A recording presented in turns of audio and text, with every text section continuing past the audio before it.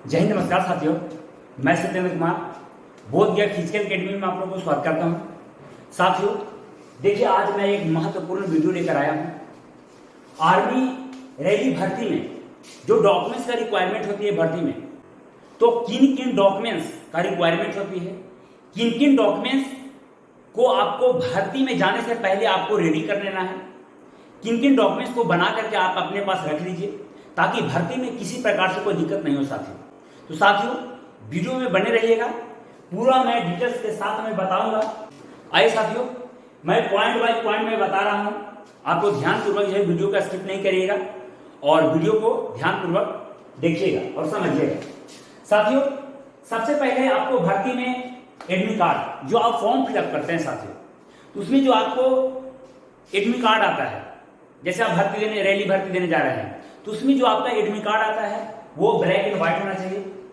दूसरा आपका आता है फोटो। साथियों फोटो का जो बैकग्राउंड है वो आपका बैकग्राउंड व्हाइट होना चाहिए।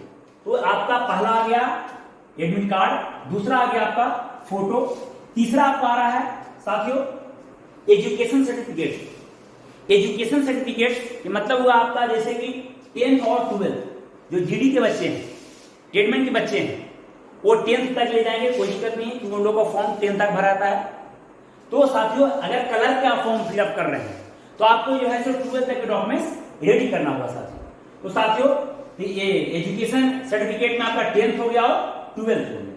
10th 12th में किन किन सर्टिफिकेट की जरूरत होती है आइए देखते हैं। पहला पॉइंट में इसमें आ गया एडमिट कार्ड। 10th या 12th का आपका एडमिट कार्ड आपके पास होना चाहिए। दूसरा में आता है पंजीयन, जो आपका पंजीयन संख्या मिलती है वो होना चाहिए।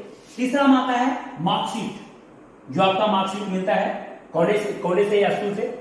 फिर आपका आता है मार्कशीट के साथ में एक प्रोविजन आता है साथियों, प्रोविजनल भी बहुत जरूरी है, तो प्रोविजनल भी आपको साथ में लेकर के जाना है।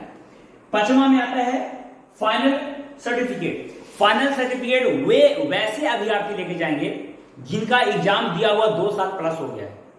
जैसे जो अभ्यर्थी नए नए एग्जाम दिए हैं, साल भर उनका हुआ है, 1.5 साल हुआ है, तो उनका जो है सो फाइनल जो है सर्टिफिकेट नहीं आता है, 2 साल के बाद नहीं आता है। तो अगर 2 साल से ज्यादा हो गया है तब आपको वहां पर मांगा जाएगा, अगर 2 साल से कम हुआ है तो आपसे नहीं मांगा जाएगा। तो ये बात को आप ध्यान रखिएगा साथियों। अगर आपका आता है कॉलेज से मिलेगा आपको SLC CLC। अगर आप 10th लेवल तक हैं तो आप अपना स्कूल से जो है सो अपना CLC ले लीजिए, SLC ले लीजिए। अगर आप कॉलेज में है तो कॉलेज से आप अपना ले लीजिए, 12th लेवल तक है। तो अगला है आपका character certificate. Character certificate college से ही बनकर मिलती है साथियों, तो आप कैरेक्टर सर्टिफिकेट भी अपने साथ ले लेंगे। अगला आपका आता है चौथा पॉइंट में आता है सिविल सर्टिफिकेट। सिविल सर्टिफिकेट्स में क्या क्या आ जाते हैं मैं बता रहा हूं। सिविल सर्टिफिकेट में आपका आता है जाति आता है, आवासीय आता है, आय आ जाता है, फिर आपका जो आचरण जो हम लोग बोलते हैं वो आ जाता है। तो देखिए मैं यहां पे लिखा हूं डोमिसाइल या वो निवास प्रमाण पत्र, जिसको हम लोग आवासीय प्रमाण पत्र बोल सकते हैं। तो इसमें आपको ये बहुत अनिवार्य है।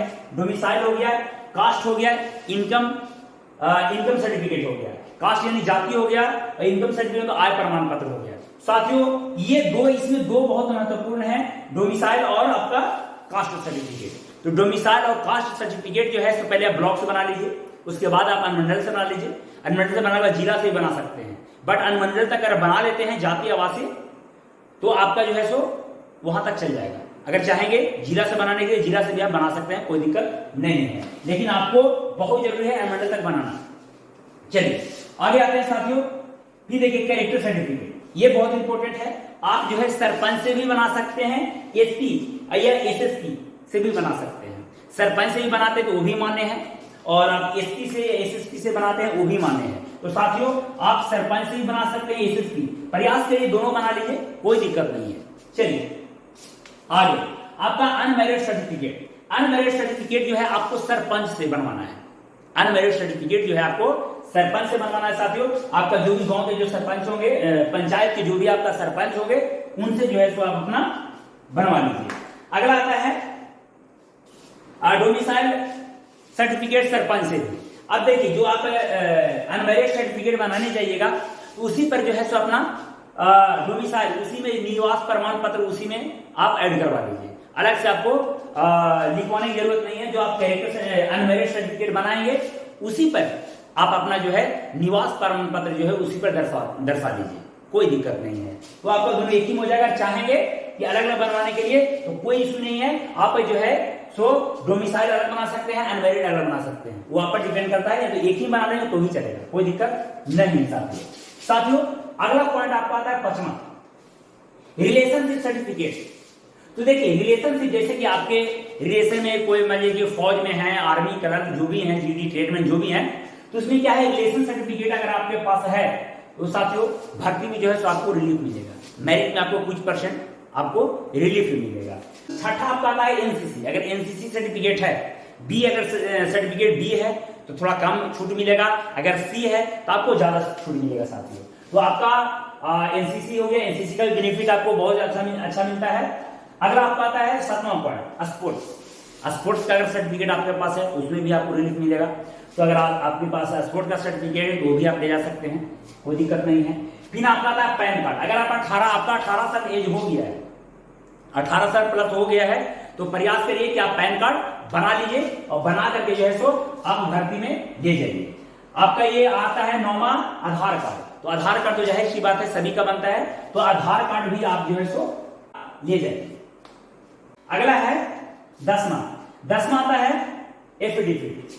ये आपको कोर्ट से करवाना होता है साथियों। आप 100 रुपए का स्टाम्प पेपर पे आप जो है सो एफिडेविट जो है सो आप करवा लीजिए, ये आपका बहुत जरूरी है। और इसमें प्रयास करिएगा जो भी आपका एड्रेस है वो, जैसे माता का नाम, पिता का नाम, जो भी आपका एड्रेस है वो मिसमैच नहीं होना चाहिए, एकदम जो आपका डॉक्यूमेंट्स में है सेम आपका होना चाहिए साथियों। तो ये आप विशेष ध्यान रखिएगा साथियों। मैं एक इंपोर्टेंट मैं बता रहा हूं कि जितने भी सर्टिफिकेट हैं, या आपका आधार कार्ड हो, पैन कार्ड हो, एनसीसी या स्पोर्ट जो भी डॉक्यूमेंट्स हो, सभी में नाम, माताजी का नाम, पिताजी का नाम, डेट ऑफ बर्थ सभी में लगभग सेम होना चाहिए साथियों। अगर मान लीजिए कि पैन कार्ड में डेट ऑफ बर्थ दूसरा है, आधार कार्ड में दूसरा है, आपका जो है कैरेक्टर सर्टिफिकेट में तो नहीं रहता है, लेकिन अगर मान लीजिए एजुकेशन में जैसे 10th और 12th में डेट ऑफ बर्थ मैच नहीं कर रहा है, तो साथियों इस पर विशेष ध्यान देना है। साथियों टोटल में 10 पॉइंट में मैं जितना भी रेडी भर्ती में डॉक्यूमेंट्स का रिक्वायरमेंट होता है मैं सारा बता दिया हूं। अगर इतना आप फुलफिल करके भर्ती में जाते हैं तो आप डॉक्यूमेंट्स में कभी नहीं छट सकते हैं साथियों। ये सारा डॉक्यूमेंट्स बन जाने के बाद आपको भर्ती में जाने से पहले सभी का 3 सेट फोटो कॉपी करना है साथियों। 3 सेट सभी डॉक्यूमेंट्स का फोटो कॉपी कर लेंगे और साथ में सारा डॉक्यूमेंट्स का आपका ओरिजिनल भी लेके जाना है भागे में। भर्ती में जो आप जाएंगे साथियों, सारा डॉक्यूमेंट्स का आप ओरिजिनल भी लेके जाएंगे और सभी डॉक्यूमेंट्स का 3 सेट फोटो कॉपी लेके जाएंगे साथियों, क्योंकि वहां पे फोटो कॉपी का रिक्वायरमेंट होता है, फोटो कॉपी वहां पर मांगा जाता है। तो साथियों ध्यान रहे, बहुत सारे अभ्यर्थी क्या करते हैं, सारा लेके ओरिजिनल लेके चल गए, फोटो कॉपी ले गए। ये गलती आप लोगों को नहीं करनी है साथियों। 3 सेट फोटो कॉपी कर लीजिए और सारा डॉक्यूमेंट्स ओरिजिनल साथ में लेकर जाएंगे साथियों। तो साथियों आई होप हमारा वीडियो अच्छा लगा होगा। तो वीडियो अगर अच्छा लगे तो वीडियो को लाइक करिए, शेयर करिए, कमेंट करिए। यदि आप चैनल पर हमारे नए हैं तो हमारे चैनल को सब्सक्राइब करिए। इसी के साथ सभी को जय हिंद।